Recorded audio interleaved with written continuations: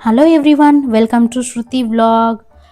Wait loss upma, గోధుమ రవ్వ ఉప్మా చూపించి వెయిట్ లాస్ ఉప్మా అని అనుకుంటున్నారా? వెయిట్ లాస్కే కాదు, షుగర్ బీపీ పేషెంట్ వాళ్ళకి కూడా బెస్ట్ టిఫిన్. ఉప్మా బోరింగ్ అని చెప్పి ఎవ్వరు తినరు, కానీ ఇలా కలర్ఫుల్గా టేస్టీగా ట్రై చేయండి, కంపల్సరీ అందరూ తింటారు.